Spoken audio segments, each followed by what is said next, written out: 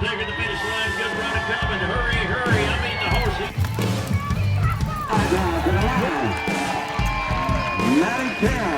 This bombshell beauty right here can ride like the wind. She got one more to go. In new leader with a 17.33. Hi guys, welcome to Barrel Racer Life. My name is Maddi-Stoltman. This past week we got to go to a rodeo, so I have not got to run at a rodeo in over a year. I think January of 2020.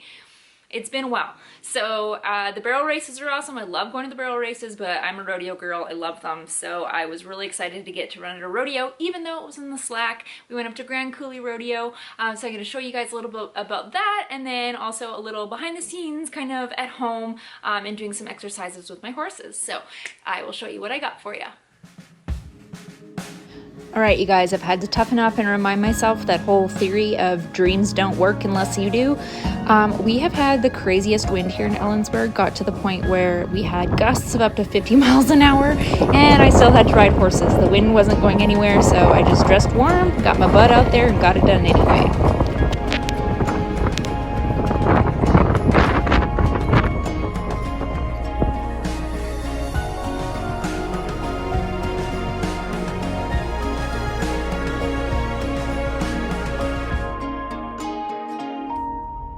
Well, it's 6:15 in the morning on a Saturday.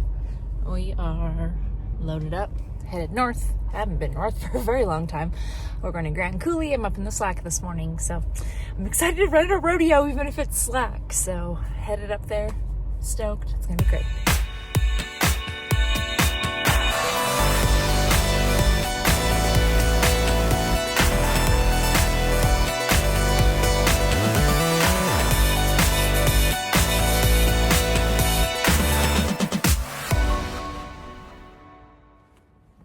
Witty. Then you go fast.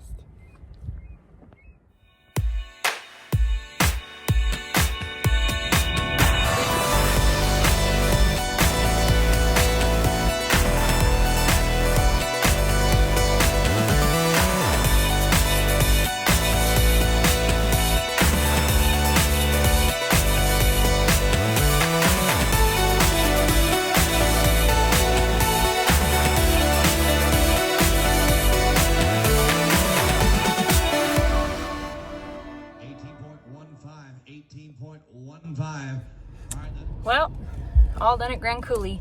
Claude did good. We got a bit by our first barrel, and that was enough to kind of just make us a teeny bit too slow probably to place. So the fast times were, there was a 17.8 and a 17.7 and a couple of those last night as well. So we needed to be at least a high 17 to place today.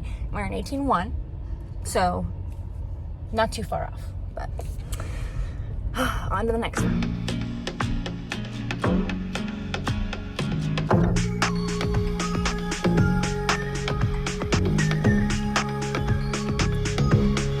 Well, today I'm going to show you guys something that I've been doing with River that has been helping, especially at our second barrel. She gets really anxious, and particularly there, so I'm going to show you something I've been doing, and right now I'm going to pick what bit I'm going to ride her in today.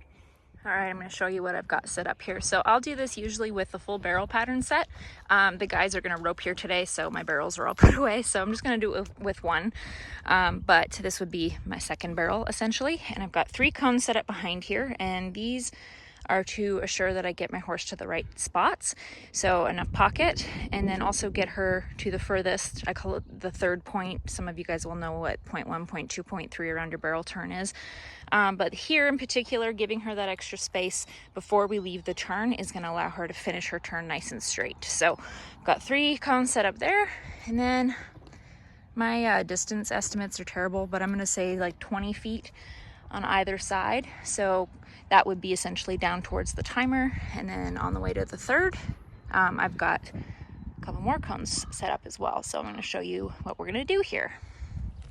All right, so I like to start doing this at the trot first, and she's actually quite relaxed at a trot, so it's a little bit easier going slower. And there's not really a lot of rhyme or reason, so I might start going around my barrel a few times and then heading out to one of my bigger cones. And the interesting thing you'll find when you do this is that you'll feel this big circle. You'll really see where your horse wants to fade in or out towards the barrel, that kind of thing. So actually keeping them in a big solid circle here is a little bit harder than you might think. Again, easier going slow than it is going faster. So I like to do a couple loops like that, and then I might come into the barrel again, make sure that I've got enough space around it, and then I'm going to go up to one of my cones again here. And you don't necessarily have to go out to the big circle. You might come back to the barrel, and this keeps them guessing, and then kind of starts to dissipate that hot spot, so to speak, and makes them a little less nervous around the barrel. Just because there's a barrel there doesn't mean we have to go 1,000 miles an hour, and it doesn't have to be a high pressure spot. One thing I like to be important here is that I do like to finish my very last turn as a barrel turn. So I will come to the barrel as though I'm in a barrel run, have the same position, have them finish as tight and straight or close to as I would in a barrel run, and then finish off there or continue on to the next barrel if I have my whole barrel pattern set up. Things get a little more wild when we move to the lope. She gets more nervous and she really wants to kind of get chargy and wants to be going fast. So, and she continued to drop the hind lead as well. So it took us a few tries to just kind of get that lined out. But I spend a lot of time talking to her and I say, easy, easy, keep my hands quiet, keep my body quiet, just to encourage them to be quiet. And her dropping that hind lead actually really gave me a lot of insight as to why this horse has trouble at that second barrel, because obviously if we're not keeping the hind lead, we're not using our hind end. So that gave me some interesting things. Okay, yeah, I do need to work on some stuff and I need to encourage her to keep that lead in the hind. So like I said, I like to finish this drill with my last turn being a barrel type turn, and I had to do this a few times with her, for one, to calm down, but also she wanted to drop that hind lead and I didn't want to leave it on that note. So I went back to try it again.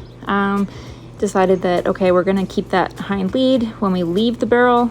So went back and tried to work on keeping her hip engaged here, and she kept in the lead, so I finished it on that and called it good. Well, that's it. That's all for you this week. I was so close to making money at Grand Coulee. Claude and I were less than 0.2 of a second off of making a check. And I know that we had plenty of time to make up in a couple spots, but especially our first barrel, which just kind of got us. It wasn't bad by any means, but just wasn't quite good enough to place at a rodeo. So we were darn close. He did awesome. I'm really happy we got to go, and I'm looking forward to getting to go to some more rodeos this year. This coming weekend, we are headed over to Homedale, Idaho. There is a big barrel race going on there. There's also a WCRA rodeo qualifier on the Saturday. So I'm going to run Claude in that, hopefully get qualified to run at the WCRA finals in Vegas. So cross your fingers for us on that. We also have our first team roping of the year going on at our house, and I'm leaving Cody all on his own for that. Bad wife move, but luckily he's very supportive of what I like to do as well. So he's going to have lots of help, and I'm sure it won't go off without a hitch, but I'll be headed to Idaho. I think we're going to leave early Friday morning. I'm going to be taking Hot Sauce, Claude, and River. I'm just running River on the Friday night. It is the warm-up race, and then I'm going to run both the boys on Saturday. So I'm really looking forward to it. It'll be fun to get to go back to Idaho. I do really enjoy it over there. So as always, you guys, I always appreciate you watching my videos, and if you are enjoying them, please subscribe to my channel.